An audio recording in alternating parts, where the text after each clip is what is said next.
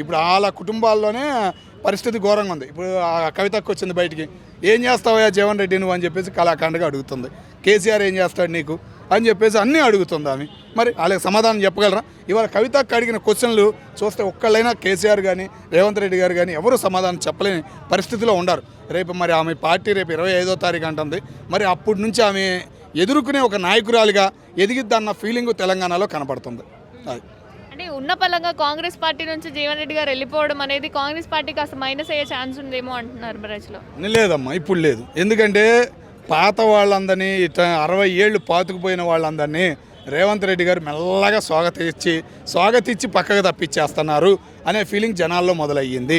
జనానికి ఉపయోగపడే నాయకుడు ఎవరంటే కనపడుతున్నారు. ఒక్క హైదరాబాద్ టౌన్లో ఏంటంటే హైడ్రా ఒక మైనస్ చూపిస్తున్నారు తప్ప, హైడ్రా కూడా కొంతమందికి అయిపోయిన తర్వాత ఉపయోగం అనేది తెలుస్తుంది. మిగతా జిల్లాల్లో కానీ ఎక్కడే కానీ రేషన్ కార్డు ఒకటి, అది రైతు బంధు ఒకటి, గిట్టుబాటు ధరలు ఒకటి, రైతుల్ని పలకరింపు ఒకటి చాలా హ్యాపీ అనిపించింది.